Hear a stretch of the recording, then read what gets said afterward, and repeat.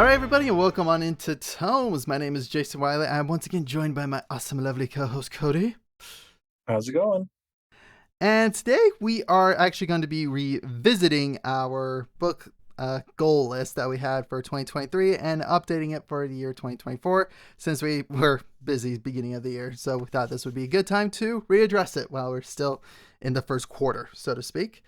But usually we start things off with fantasy announcements. We really don't have many this time around. The main ones that I have is just Dune comes out in a couple of weeks. So go ahead. I know a lot of theaters are doing pre-sale tickets, so if you want to go, do pre-sale, do a premiere, make it a fun event with some friends, I highly recommend doing that. Yeah, I'm really excited about doing that. We're gonna get a friend group together to go watch it. So yeah, actually we've got Megan's bridesmaid, who were maid of honor, who's going to come join us and watch it. So Nice. she actually requested the day off so she could do it. So we're like, okay, we got to go watch it now. Oh, that's awesome. Yeah, so that's exciting. Yeah, other than that, I think again, fantasy news, short and sweet today. Yeah, I don't have the time. Yeah. But shameless plug, we do have our Patreon still. Make sure to check that out. Access to Discord and all that fun stuff. Yeah. And And I admit I need to get back up and re-update the YouTube. Need to really kind of update everything with Tomes. Just again, it's been busy year so far. Good busy, but still busy. yeah. So if you guys could just send us the funding, we could definitely put more effort and energy into this to where if we could almost get to the point where we didn't need like our actual like full-time jobs or something. I don't know. That's just Dreams.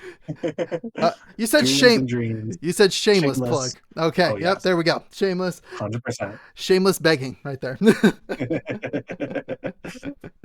But all seriousness, we are very excited for today and talking about our book list from last time and our book list for this year. Yes, and to kind of again try to stretch the episode out a little bit, just kind of as we mentioned the books that we have read, let's kind of give a synopsis and our overall rating if we have them. Works for me. Okay, so Cody, would you like to start us off with your list from 2023? Yes. So my list from 2023, I had I Have the World, Forest of Vanity and Valor, as well as its sequel, The Seal of Sorrow and Scorn. Red Rising, The Slow Regard of Silent Things. Sorry, I didn't have that, but No, I thought you did. I did read it. Okay. Oh no, I did. Sorry. I had The Slow Regard of Silent Things. I didn't have The Narrow Road Between Desires. Ironically, I read The Narrow Road Between Desires, and I have not yet read The Slow Regard of Silent Things. But I have it. I got it for Christmas, and I'm going to read it this year. And then I Am Legend. Of those, I did not get to Eye of the World, The Slow Regard of Silent Things, or I Am Legend. But I did read quite a few. But I'll get to those after you share your list. Okay, so the books I have for 2023 was Dune, The Poppy War, Priory of the Orange Tree, Tress of the Emerald Sea, Yumi the Nightmare Painter, Sunlit Man, aka I said I was going to do the secret projects that were Cosmere related, The Initiate Brother, The Color of Magic, and then for our book club we did Shadow What Was Lost, which we can both say we completed. Yes, we did. And then I finished 2 extra books for 2023 or up until this podcast recording, which I did finish Dune Messiah, so the sequel to Dune. Oh, nice. And then Dresden Files Small Favors, and I realized after the fact I skipped a book.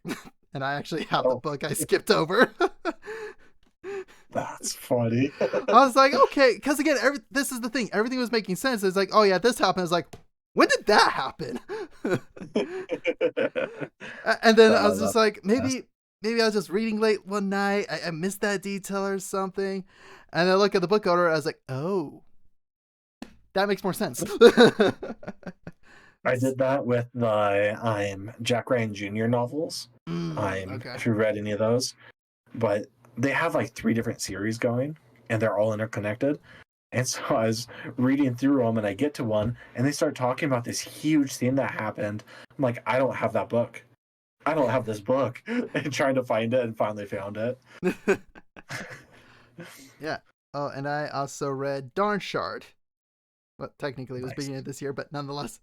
So yeah, actually, 3 of these books that I was like, I'm going to get these finished, I did in 1 month, and that was last month. That's funny. I was So like, 2024, but it works. they are accomplished in 2024, but I'm a month late. Okay, I'm a month late. um, so the first one that I did read was The Forest of Vanity and Valor, Okay. which I'm going to tie in as well with the Sea of Sorrow and Scorn. I have the third one as well, and I'm listening to it right now, Mm-hmm. but I haven't finished it.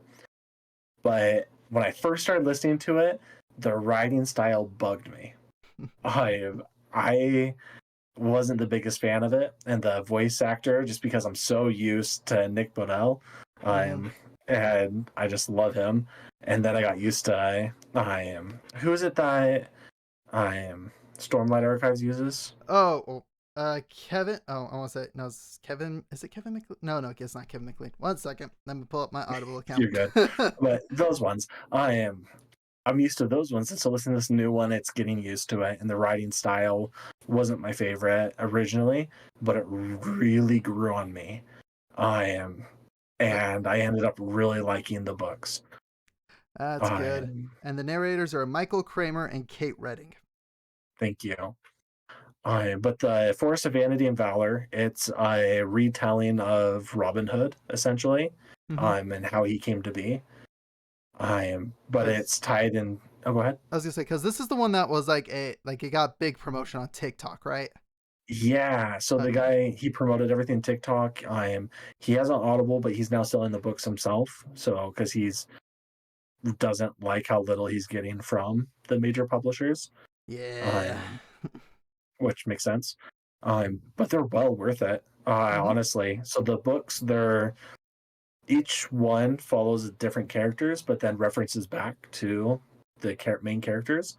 With the main villain of it being Morgana, essentially. Oh, I okay. So Yeah, it's like a bit of Robin Hood mixed with King Arthur. there's Robin Hood, King Arthur, the Pembroke witches, I believe it is. Okay.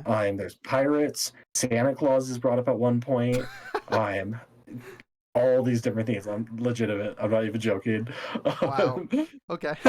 But it's all the different fairy tales and fables and mythology and lore from English history, and they bring it all together. And he's bringing into the way he described it was like a Marvel cinematic universe where they bring in all the different Avengers. They all their own stories and come together in the end. Okay. That's essentially what he's doing with all these different characters. They don't have the names. Most of them don't have the names of the characters throughout, like from the mythology and the stories. Um, so like Robin Hood, his name's not Robin. His name's Virio. Hmm. And it's things like that. So you kind of like, okay, who's who, and trying to figure it out. But one like the one I'm listening to right now, the main character of the story is someone who in the first book fought Vario. Like they were kind of enemies in the sense that he owed Vario money, and Vario was a debt collector and collected it, and ended up like really embarrassing him, and he lost his title and everything. And then in the second one, he comes up as like just someone that's drunk at a bar, and they help him, and he starts getting back together. And then this really like terrible thing happens to him, and that's where he's at in third book. Hmm. And like it just follows these characters through different places and just ties it all together. It's really well done, and the stories are really fun. Um, so I highly recommend it. Okay. And I won't go into all the details of such because there's just so much, and it's just really fun to listen for yourself. But the first one is Robin Hood. The second one is the Pembroke Witches and Pirates.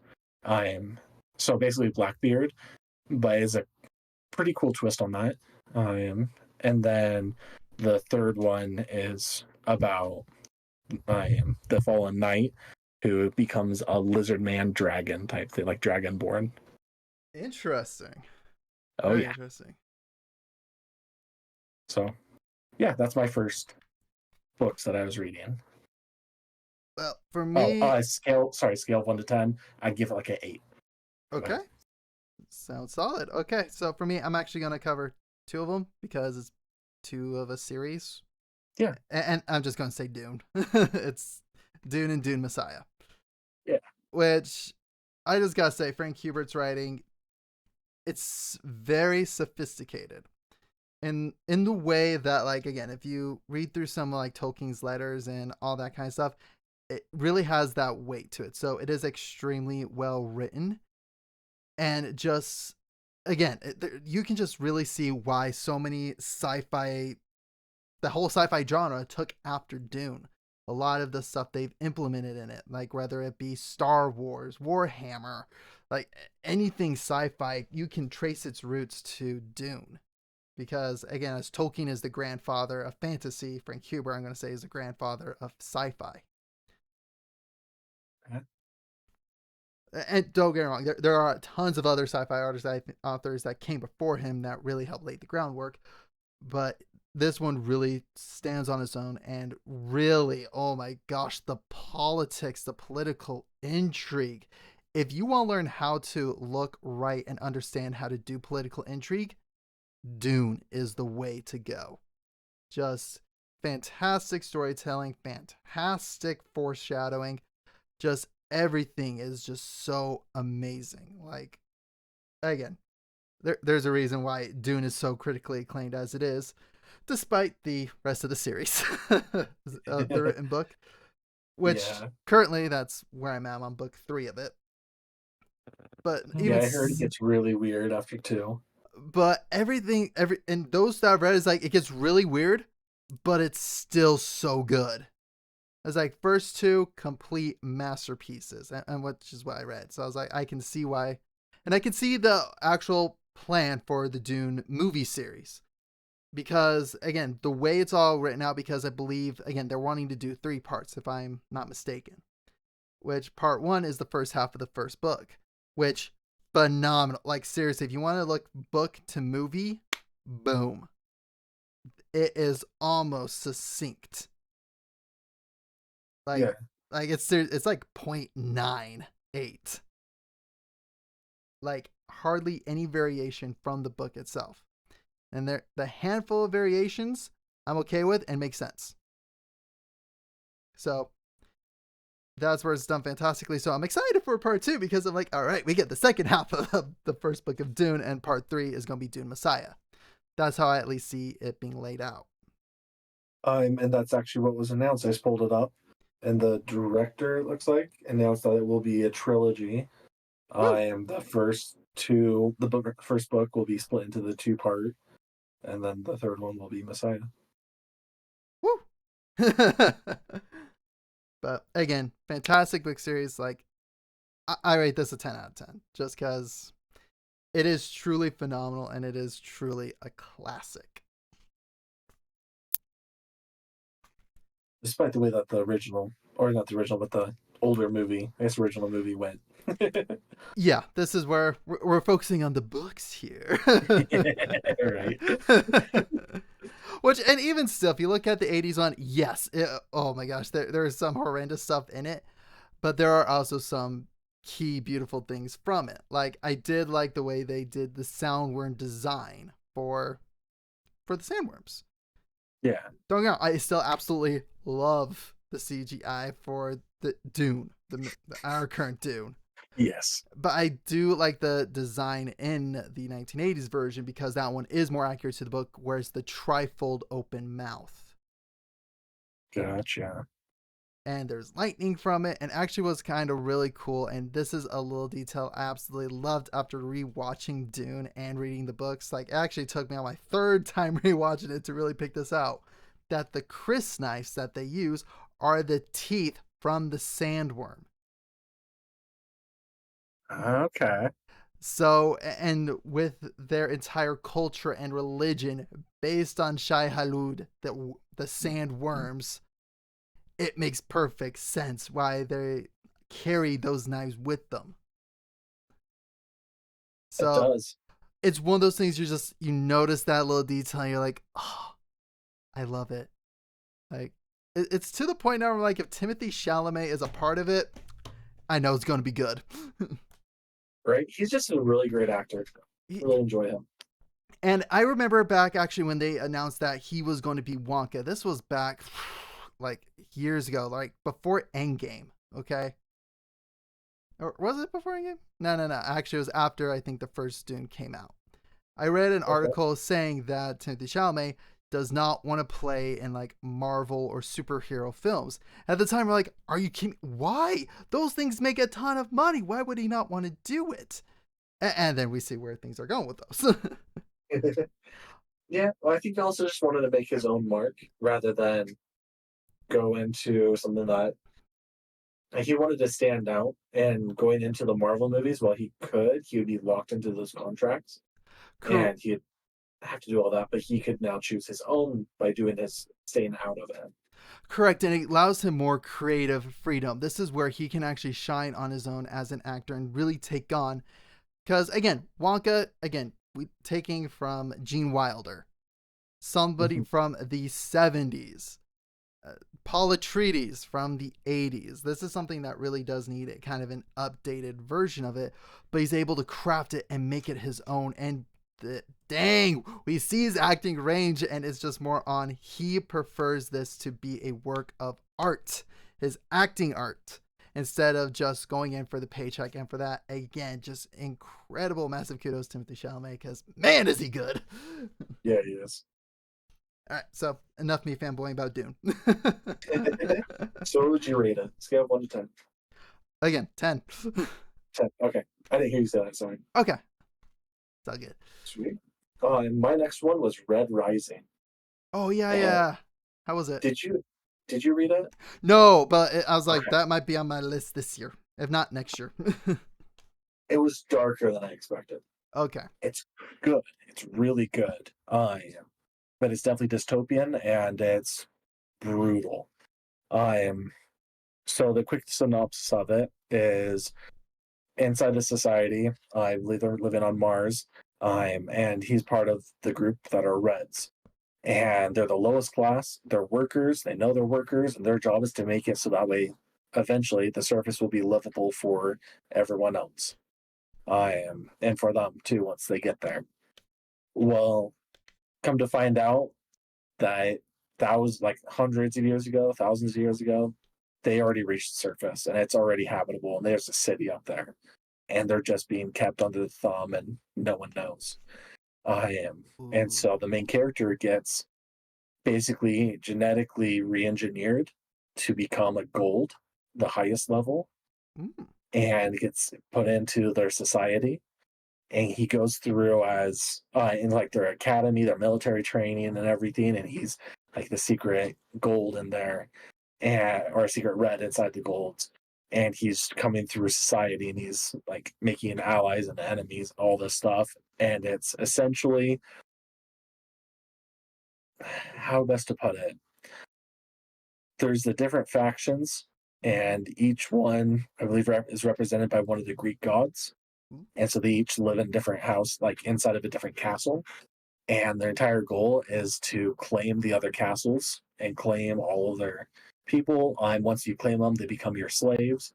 And it's full on warfare. And people die. They have people there to like resurrect and heal them. But for the most part, people just die. And there's times people can't get to them and they're just done. And it's this huge, basically like Hunger Games esque thing, but between art, like miniature armies.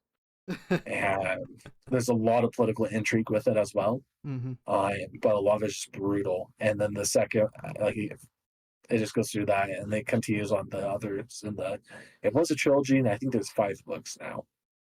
Yeah, yeah. And I think there's 5. so it's really good. I'm gonna keep reading them. I just haven't had a chance to get my hands on the second one yet. Mm-hmm. Uh, but it's dark, but it's good. I'd probably rate it closer to like an 8.5.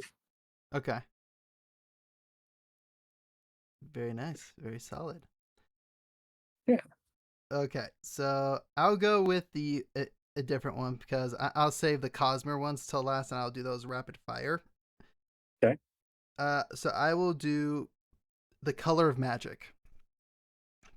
This Okay. is Discworld. Yes. It was very humorous, very punny. Again, Terry Pratchett, absolutely hysterical throughout this. Yeah. Because one of my favorite puns was actually with insurance.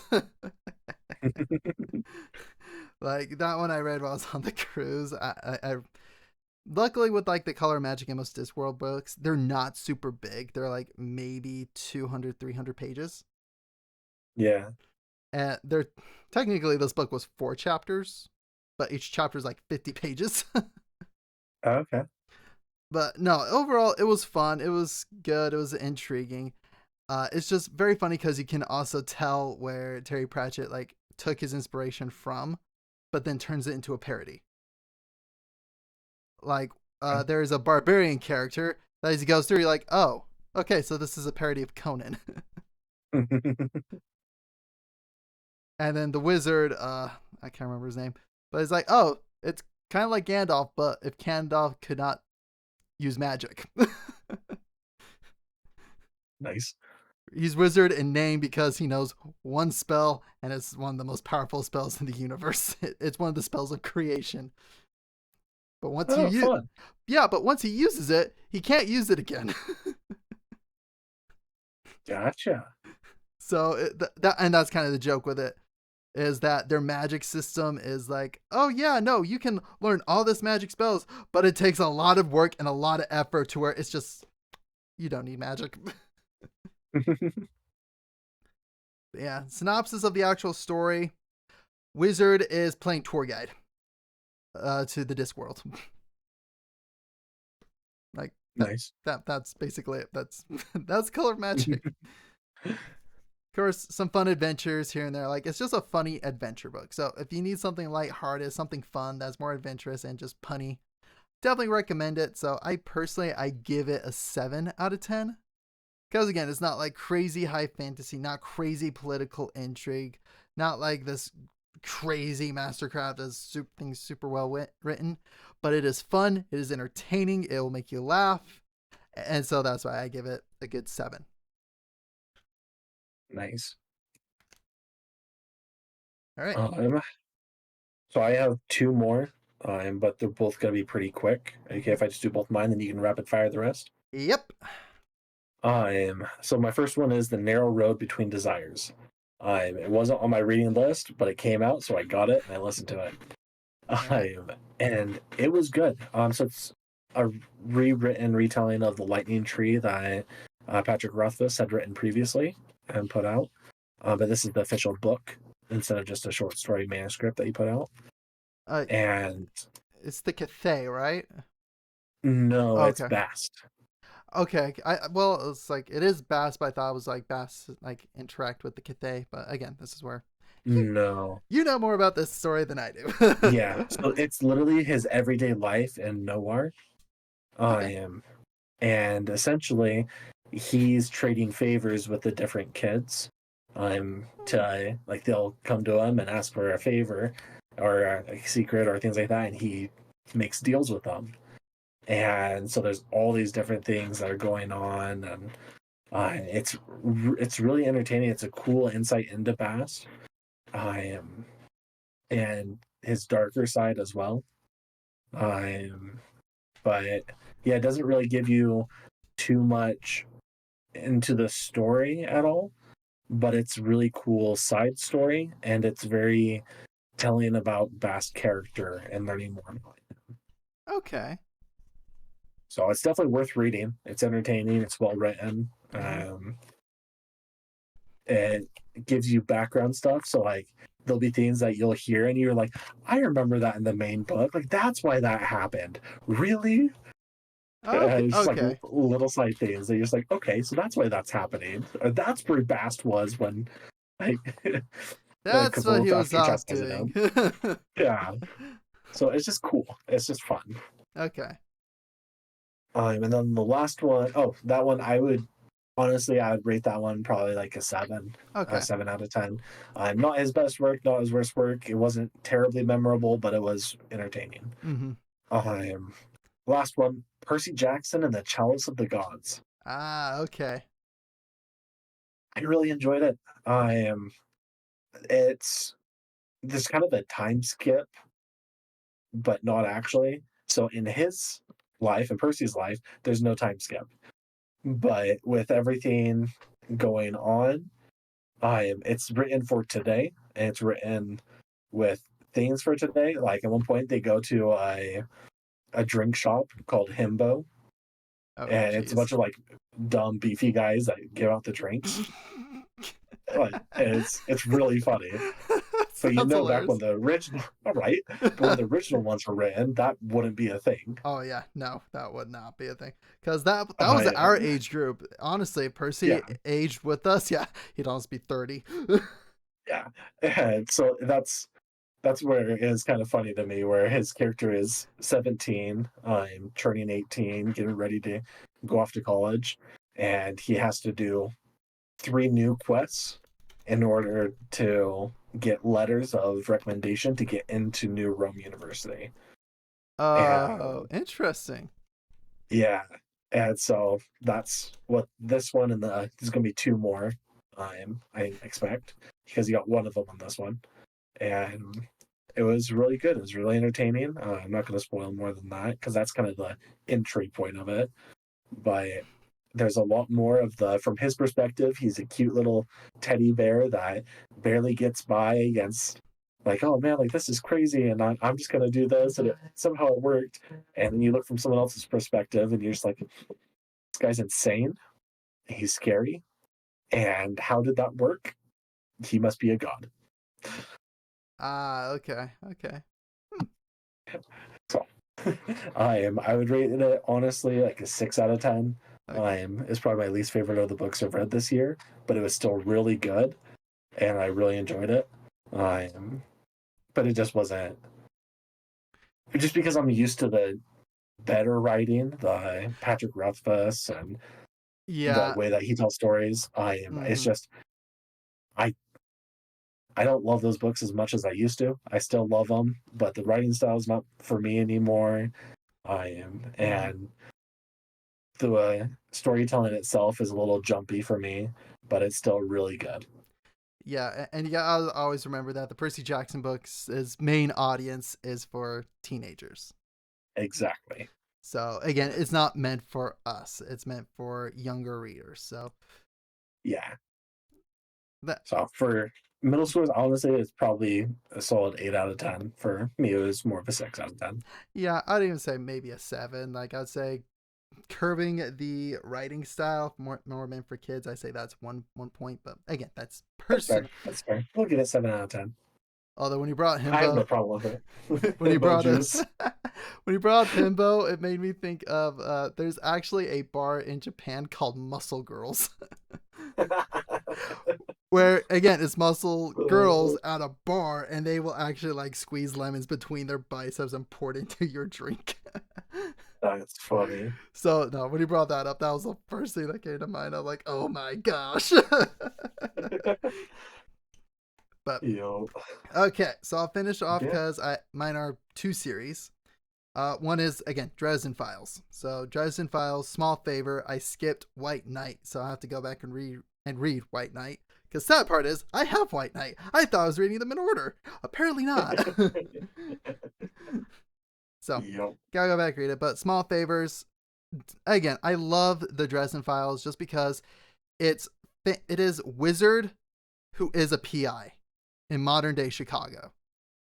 Yeah. Which again, just that premise alone makes it interesting, and the way he works with all the supernaturals and how the supernatural stuff it works in with it, whether that be the Fae, because seriously, oh my gosh, Felurian is part of this. Mab, she is the queen of the Winter Court.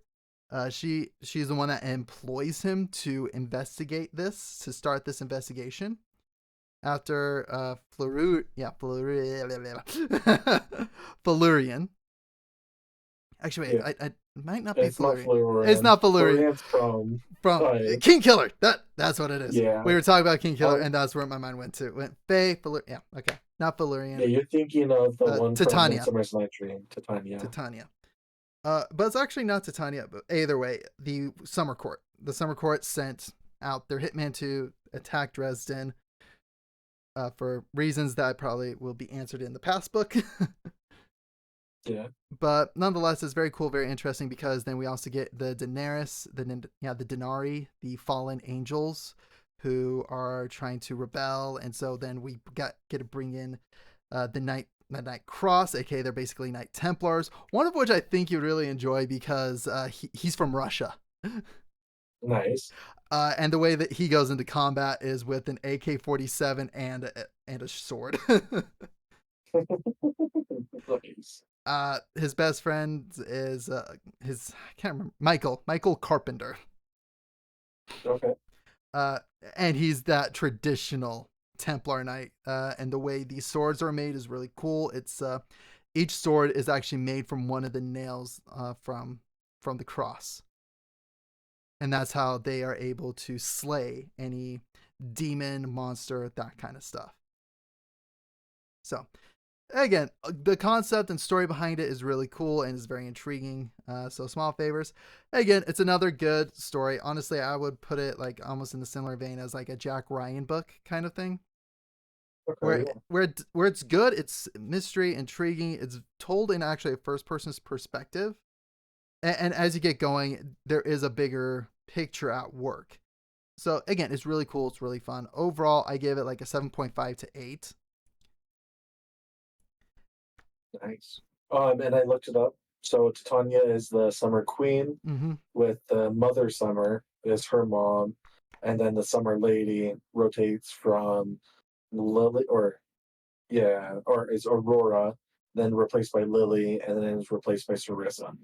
Yeah. And the thing is, I know that, again, Titania is the one for the Summer Court and Mab is the one for the Winter Court. But again, it's how Jim Butcher is telling his story, because he has a different Lady of Summer now for his narrative. Yeah, so that's why I pulled up the Summer Lady is like the daughters of Titania. Okay.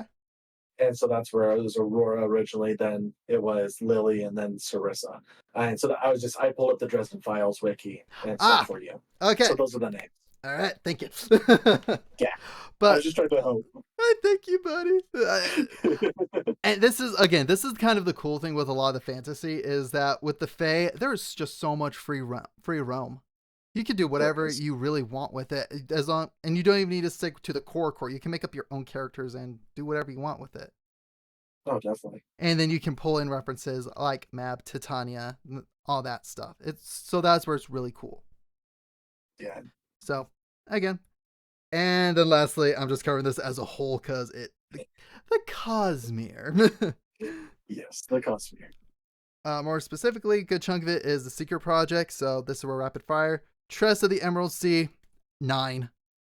Solid 9.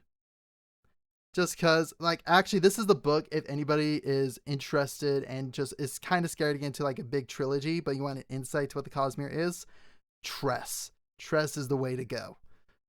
Because if you like The Princess Bride, you're going to love Tress of the Emerald Sea. In fact, he wrote it inspired by The Princess Bride. Because, quick summary of it. It was, what if instead of Buttercup waiting for Wesley for his demise or anything like that, what if instead Buttercup went out and sought him out? Try to find the Dread Pirate Roberts instead. It is that kind of alternative idea. And that's where he began writing with it. So that's really cool. Yeah, that's Tress. My personal favorite of all the secret projects, Yumi and the Nightmare Painter. Also, like, solid 9. Like, not quite like critically acclaimed, but honestly, I loved it because, again, the main thing with the secret projects was Brandon Sanderson was trying different writing styles, trying to reduce stuff that he doesn't normally do. And Yumi and the Nightmare Painter was a romance story that he wrote for his wife. And for me, I'm a sucker for fantasy romance, okay? Like, when I was in middle school watching anime, I did shipping wars just because that was always my that was my hobby at the time.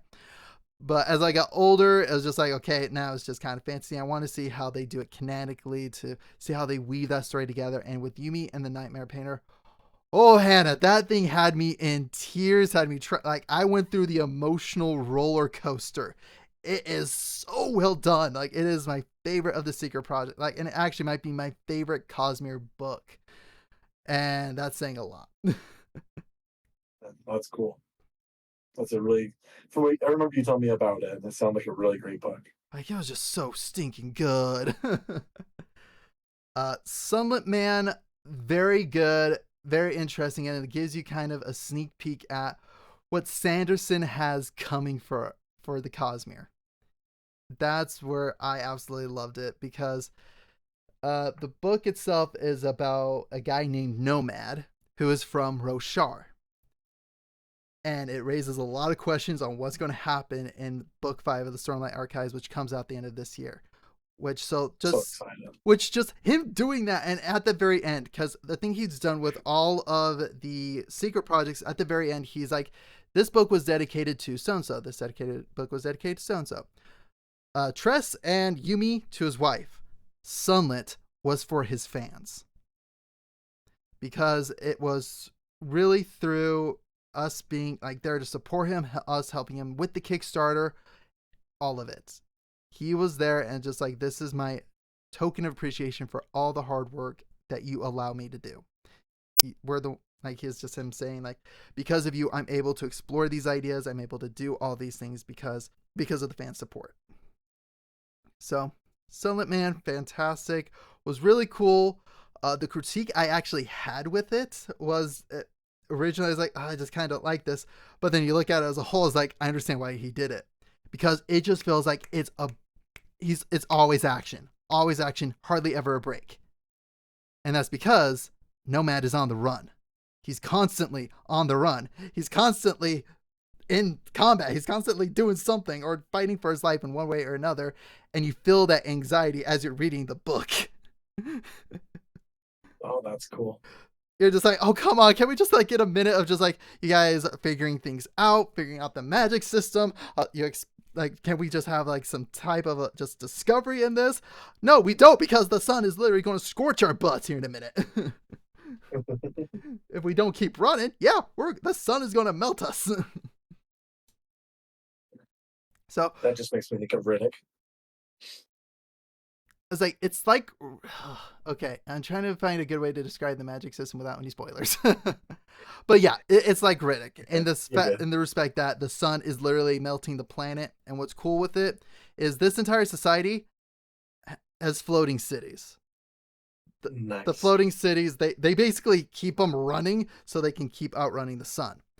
But the tricky part with it is how do they power it? And that's through the sun hearts. And they get that through the sun. So the sun that can literally roast you is also how you power things.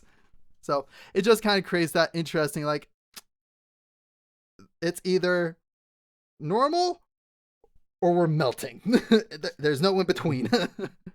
And it kind of creates, and what's very interesting is the fact that he consulted like so many scientists on how to get the world done correctly, like in a scientific way. Because there are points where he talks about the atmosphere, talks about the size of the planet, gets really into like the astronomy aspect of it, which is really cool. But that is. But overall, I would give this one an 8 out of 10 because it is still really good. But I'm still like, it's still very anxiety producing, and there are just some things like I really wish we could delve more into this, delve more into that. But everything else, phenomenal. Nice. Okay, so that concludes our reading for 2023. Well, I did have one other series that I did read during 2023, I realized. Okay. And I listened to pretty much the entirety of Stormlight. Oh, yeah. I finished off Stormlight this last year. So 10 out of 10. Love them. Can't wait for Stormlight 5 this year. Me too. Oh, yeah, and last one I need to cover. Dawn Shard. Dawn Shard. Really good. It's a fun little side story. It's a novella, again, just like the book you read for Patrick Rothfuss. Yeah, Narrow Road Between Desires. Yep, him and his long titles. Right. But nonetheless, it was a fun little story. It follows Risen. She is one of the characters in the interludes who is a trader. She was like, meaning she makes trades. So in the interlude, she's going with her Babsk as an apprentice to learn the art of the trade. Until I want to say it is in Words of Radiance, where she has an accident where she falls off of a great shell and is paralyzed from the waist down. And so in this book, it's her actually, and then in Oathbringer, she gets one more interlude where her Baps gives her a ship. Like, she gets to be the head, like the owner of the ship. So in Dawn Shard, it's about her getting that respect from the ship crew as they sail into basically an eye of a storm that's been blocked, just barricaded by an actual storm. And so we have Lopin and his cousin joining her, and Rock's daughter. Oh, cool. Which, that kind of helps answer a lot of questions for those characters, because those characters are part of Bridge 4. Yeah. And so it kind of helps from, I want to say, Cord is, Rock's daughter. Her explaining kind of a little bit of the politics with the Horn Eaters, and then Lopin, how in Rhythm of War, where he kind of tapers off a little bit with some of his humor. Yeah. So overall, again, it's a really good read, really fun read. Just, there are parts that had me laughing and other parts that are like, oh, okay, that makes sense. And then you learn what the Dawn Shard is in the Cosmere as a whole, which actually helps with Sunlit Man, because he references the Dawn Shard multiple times. Yes. So, yeah. Oh, nice. Well, I think that's a good place to put a bookmark in. Not quite. We got to quickly say 2024 books. 2024. You're right. My bad. If you want to just read off yours, I'll read off mine. Yep. 2024. The Blade Itself. Book Club. Murtak by Christopher Paolini.